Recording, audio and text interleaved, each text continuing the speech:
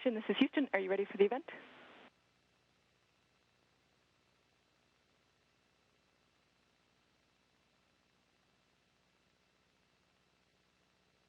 WPLG-TV, this is Mission Control Houston. Please call station for a voice check.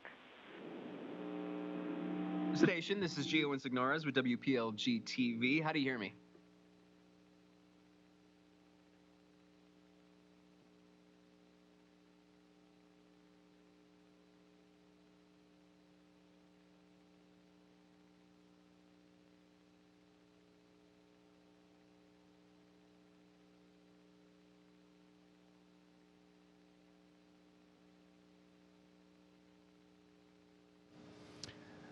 Gio, we have you loud and clear, and on behalf of NASA and Expedition 68, welcome to the International Space Station.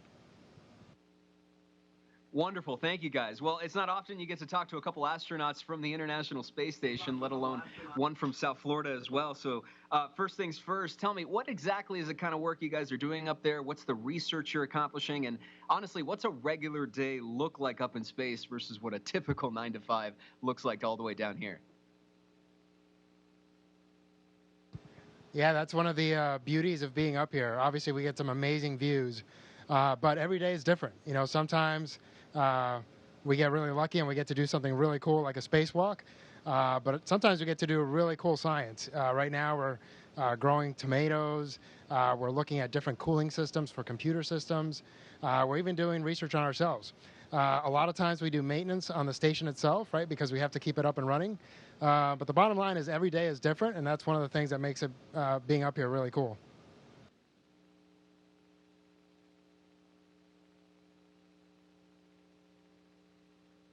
Well, all right, a follow-up on that then. Most people have an idea of what space looks or feels like, you know, from movies or TV, but only a relative few people have had that experience that you guys have had all the way up there. So what's the one thing you would want people on Earth to understand about space, about the work that it is you're doing and accomplishing up there that we might not be necessarily privy to?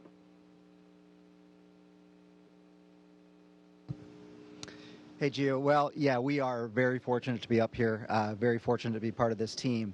And I think that's probably the overarching message that everyone needs to take away from this. Nobody does this alone. This can only happen with the efforts of tens of thousands of people, and we just happen to be the people up here executing it, but it is not possible without all the effort that happens on the ground. This next one will be for both of you, but Frank, we can start off with you because you have the South Florida ties that we want to hone in on a little bit. As someone who considers Miami his hometown, what do you take away from your life growing up down here, graduating high school down here, and then, of course, all the myriad of experiences post-high school? What's sort of the message you'd have for kids, for any other dreamers that you want them to know and take away from your journey so far?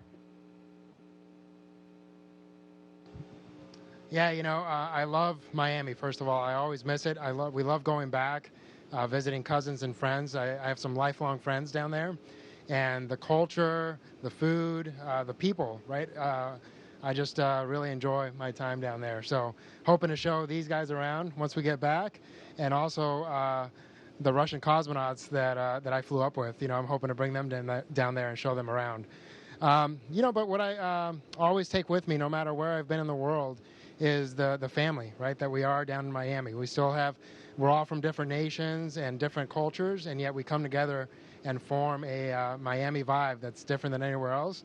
But you kind of take that with you wherever you go.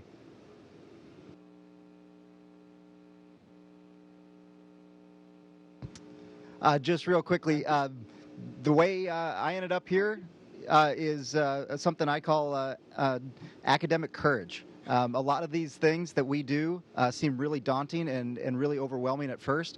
It started with me as an undergraduate in studying physics. Physics was something that I did not really get as a high schooler, and that's actually why I pursued it in college and then eventually in graduate school. You just need to understand the language, and that applies to what we're doing here on the space station. It applies to aviation. It applies to science. Once you know the language, these kind of things are certainly achievable, and you just need to have the right mentors and team members and a little bit of courage, and you can get it done. You guys mentioned the team members. Yeah, and there. Gio, one thing that Yes, go ahead. Sorry, go ahead. No problem. One thing that I would add to that is, it's awesome to be a dreamer, right? We all need to have big dreams, big goals. But it's also great to be a doer, right? At some point, you got to have a plan towards achieving those goals, and you just got to take it a day and a step at a time. I think sometimes we get lost in thinking of the end goal, when the reality is you just got to attack each day and do your best to make that day success. Well, it's funny you mentioned that in terms of achieving your end goal. We all know that in life, it's never a straight line up. It's a bunch of ups and downs. And I think what's interesting and what I think a lot of people would like to know is what were some of those downs that you guys had to push through to get to where you are right now? And how does that dynamic work when you take it with you, not literally on Earth, but now you're in space having to work together and get through some issues also from time to time? Yeah, that's okay. I think he handed it to me because I've had more downs. I'll tell you, it starts with academics, right? When things are an incredible challenge. I remember one of my really early undergraduate physics tests, getting a number back that didn't really make any sense because I thought it was out of a scale of 100. And you take these licks and you keep getting back up. I'll tell you, we still make mistakes now. We're human, and I think that's what the most important message that I got from my upbringing, and I still learn it here every day. It's not that you're going to be perfect. It's not that you're not going to make any mistakes. What's important is how do you bounce back? How do you react after the mistake is done? Because like Frank was saying, sometimes we're fortunate enough to go outside and do really difficult things like a spacewalk. And if you make a mistake out there, you need to be able to deal with it and not fold. And so that's what all our training and all our background has prepared us for.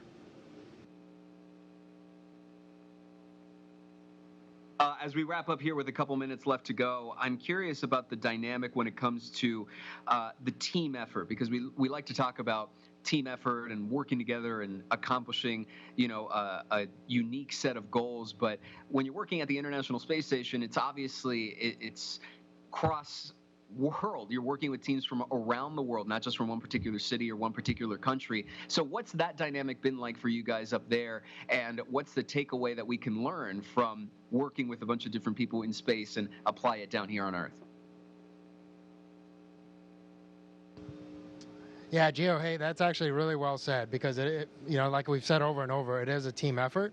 And I think a team made up of diverse people and talents and backgrounds actually makes the strongest team, right? And every day we're fortunate enough to work with ground teams from throughout the world. And we're on the radio with them every day. And like Josh hinted at, you'd be amazed at the little mistakes that we can make up here. But the ground team's always there to catch them, and they have our back, and they support us through those. And no matter what it is, we just kind of work through it and make it right and make it better for the next time. And so I think, one of the key team dynamics that we try to focus on is appreciating your teammates' strengths and drawing on those, because a lot of times their strengths aren't your strengths. And, together you kind of end up making for a much better problem-solving team. So that would be my take on it. And Frank's absolutely right. If we all try to solve the problem the same way, there are certainly going to be instances where we don't get the problem solved. And Frank is right. We have the support from the ground to catch us, but we're also an asset for them because we're able to catch some things that maybe they don't have the perspective on because they're not actually here. But you couldn't be more right. The team dynamic is really important, and it's often the perfect fit. I don't particularly care for Frank, but we're still getting the job done. I'm kidding. We're very lucky to have the crew we've got up here, and it's super fun to do it and to work hard together and have something incredible to have accomplished at the end. Just under the wire there. Thank you guys so much. I appreciate your time, and let me spend a few minutes with you up in space. Thank you. All right, Gio, take care. It was awesome talking to you. Say hi to everybody in Miami for us, please. Station, this is Houston ACR. That concludes the WPLG-TV portion of the event. Please stand by for a voice check from KFAN-FM. Station, this is Zach Culverson with KFAN. How do you hear me? Oh, no. Oh, no. Hey, Zach, we've got you loud and clear, and welcome to the International Space Station. So good to be here, gentlemen. So excited about this. And wow, I'm watching the NASA TV feed right now, watching you guys floating around in space. This is an incredible honor. And Josh, I want to start with you because as a proud White Bear Lake kid, make that known on this radio show. It is so cool to know that somebody who walked the same halls that I did growing up as a White Bear Lake grad, you did the same thing. Can you just speak to your time here in Minnesota and how you made it from Minnesota all the way to space? Well, first, Zach, we got to start with Go Bears. That's so cool that we went to the same high school. Yeah, I'll tell you what. Minnesota was exactly where I needed to be. It set the foundation that I needed academically and socially. In fact, I got to go back to White Bear about 6 years ago or so and talk to the high school. And in fact, it was about 25 years after the fact, but I finally got my high school diploma that was locked away in a file cabinet that they didn't give me because I owed them a little bit of money for a stolen baseball jersey. Go ahead, Corey. Well, I can ask Frank this since Josh just took that one. Frank, we were just talking on the morning show yesterday that I'm 42, and I was asking if I went to Denver and just started living in Denver, would I ever get tired of the mountains, or would I just always be blown away by them because I didn't grow up with them? And I'm thinking, if you've been on the International Space Station for a couple of months, do you wake up in the morning and look out the window and say, yeah, I've seen this for 60 or 70 straight days? Or is your mind blown daily looking out that window? Yeah, looking out the window, for sure, your mind is blown daily. And try to make it a point. Unfortunately, we don't have windows in our rooms. And so just to get out and look out the window at least 5 minutes a day. You do have a ton of work and research that we're doing up here. And so, unfortunately, we don't get to spend our entire days just looking out the window. That'd be pretty cool, though. But yeah, every day I try to get out there just to remind myself where I am and how amazing this opportunity is. Josh, this is And Paul. I'll tell you what, I was just going to say about the view, we have to work out 2.5 hours a day because we're incredibly lazy the other 21 and a half. Like right now, we're not burning any calories. We're not stressing our bones. But I'll tell you what, the coolest thing, nobody likes doing crunches, but when we do crunches here, every time we sit up, we're looking right out the cupola, and we're looking at that beautiful planet. So we actually do get some time there for the views, just as long as we can keep the crunches coming. Josh, this is Paul Lambert. As a Minnesota high school grad, how do you follow the local sports teams back here, and was it fun, if you can follow it from afar, following all the Carlos Correa news?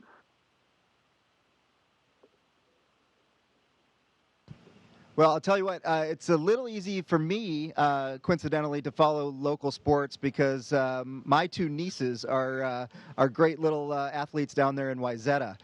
So we try to get there back to Minnesota when we can. I don't have family back in Minnesota these days, but we certainly have friends and family. That's how we stay plugged in. To the general question about staying plugged into sports, Frank takes care of that for us. He makes sure that we definitely have a feed up from ESPN whenever we can, when there's big sports on the docket, and we've got a screen that we hang over one of the hatches, and we can watch some big games. And I think Frank was up almost all night on Monday night for the championship game. Josh, Mark Rosen here. Is there an appreciation for where we all live when you look down on it on Earth that's just not possible when we're going through our daily lives? Is there kind of more of a global feeling that you just can't comprehend that we are alone basically, and this is our planet?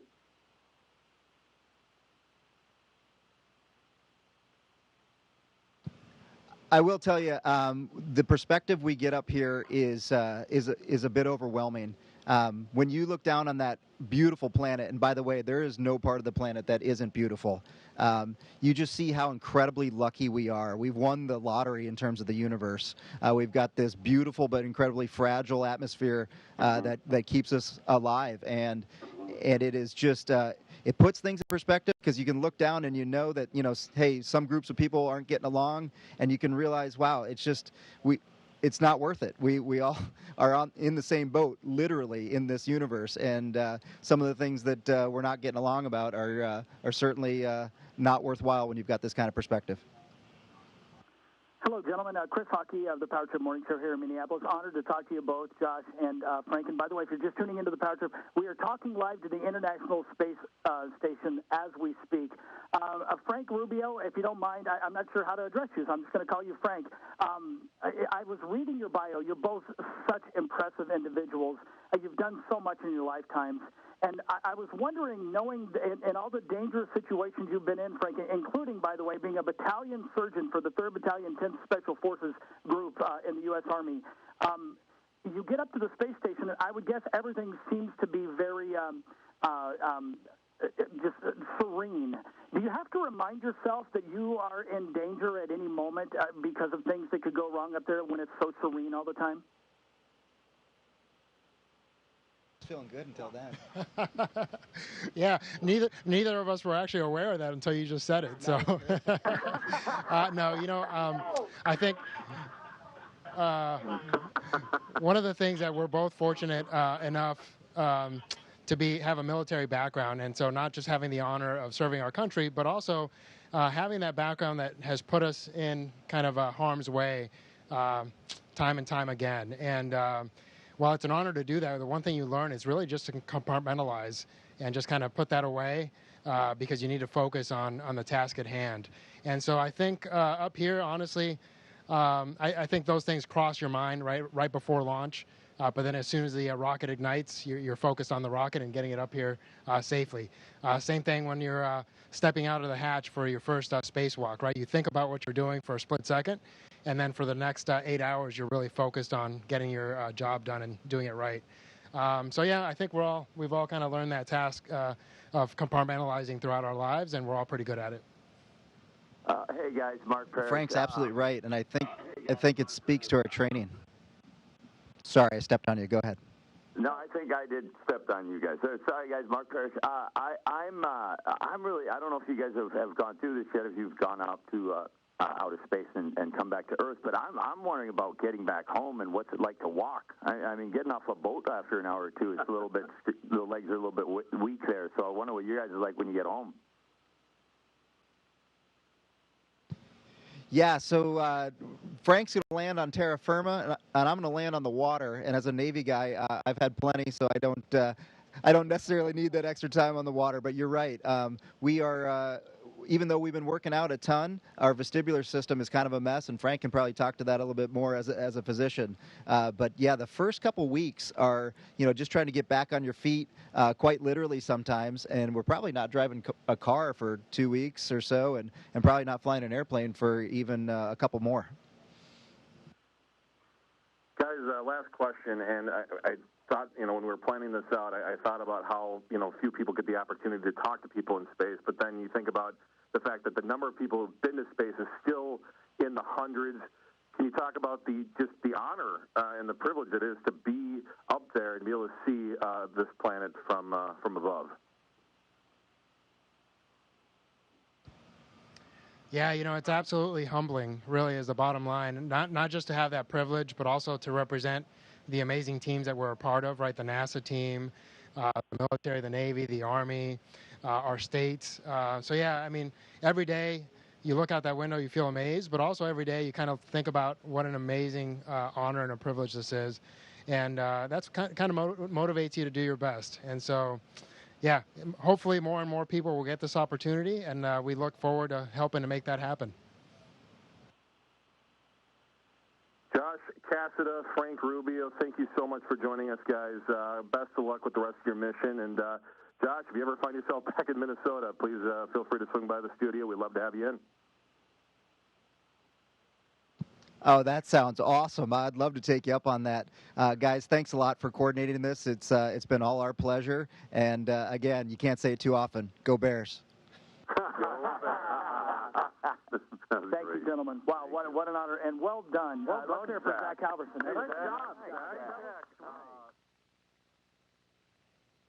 Station, this is Houston ACR. Thank you. That concludes our event. From WPLG-TV and KFAN-FM station, we are now resuming operational audio communications.